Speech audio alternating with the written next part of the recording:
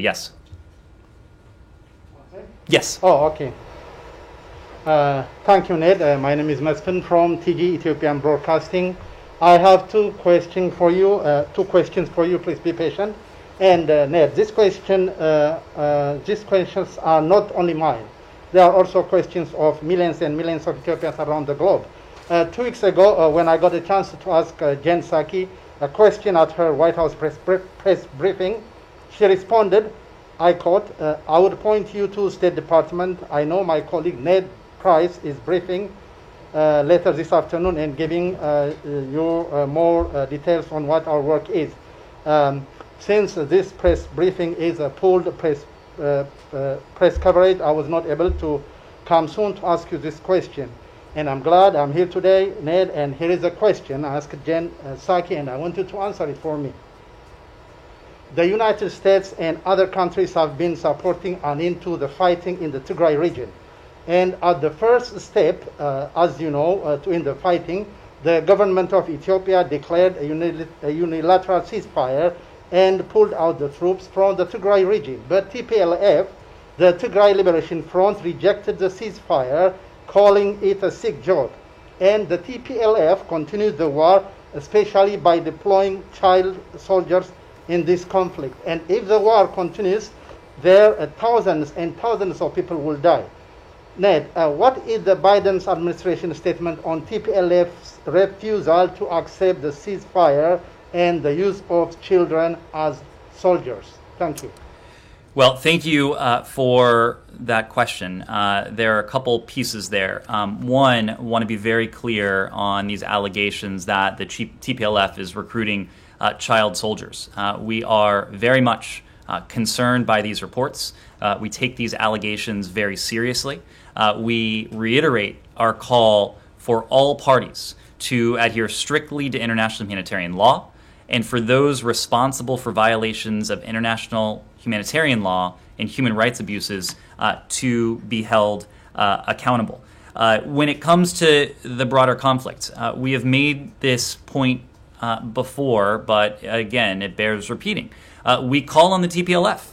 We call on the Amhara Regional Forces. We call on the Eritrean Defense Forces, on the Ethiopian National Defense Forces, and associated regional militias to end this crisis and to move towards a negotiated ceasefire. In our mind, this is what is most important: ending the conflict, moving toward that negotiated ceasefire, and providing the level of humanitarian access that the people in Tigray need, of which they are in dire need. The Ethiopian government and the TPLF need to begin ceasefire negotiations immediately and without preconditions.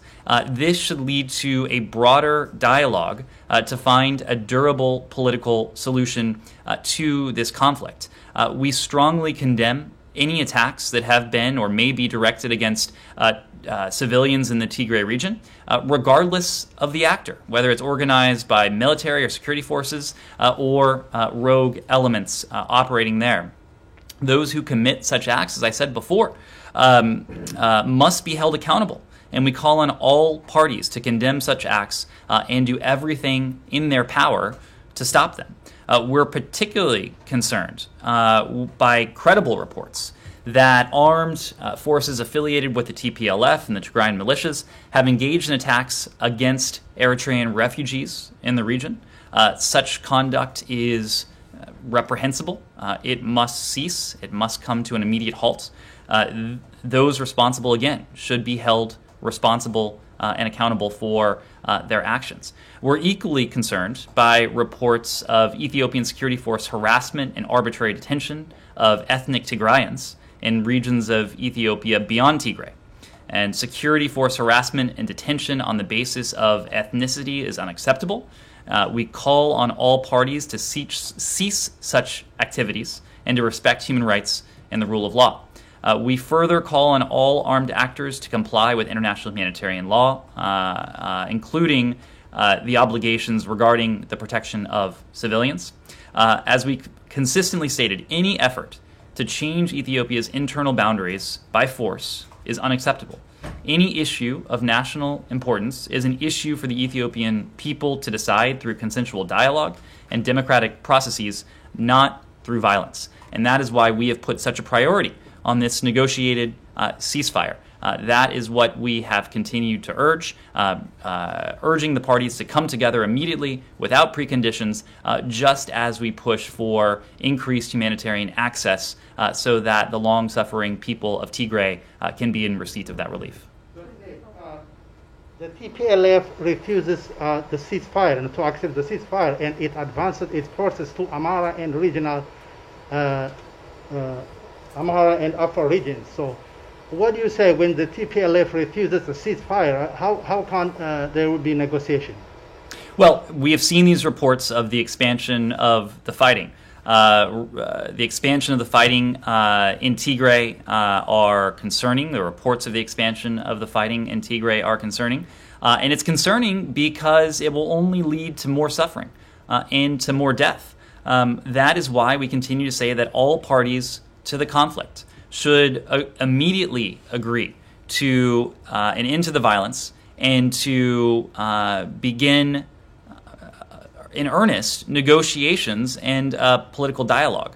Armed actors in Tigray and Amhara, and the government of Ethiopia need to reach an agreement that allows the ceasefire to include all parties and facilitates, as I said before, delivery of humanitarian access. The government of Eritrea, for its part, must withdraw its forces consistent with commitments by both Ethiopia and Eritrea. Please. My final question is, during your press briefing, you often call TPLF's forces military forces. As you know, TPLF is an opposition and armed resistance to the established Ethiopian government, whether you like it or not, which makes, if the TPLF is against the government, then it makes it rebel force. Even though my English is second language, military is a name given to the armed forces of a country.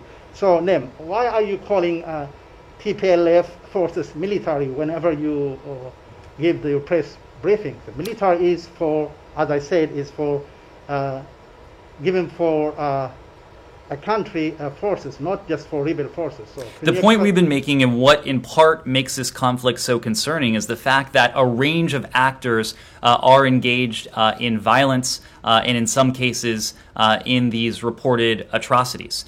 There are military actors involved, there are irregular forces involved, there are militias involved, there are rogue actors involved. What we have been pushing for is for the Ethiopian government and the TPLF to begin these ceasefire negotiations immediately and without preconditions, just as we call for all armed actors in this conflict. And unfortunately, there are many, to cease the violence, to cease the killing, and to respect the international legal obligations to which they're subject. We're going to have follow-up on Ethiopia?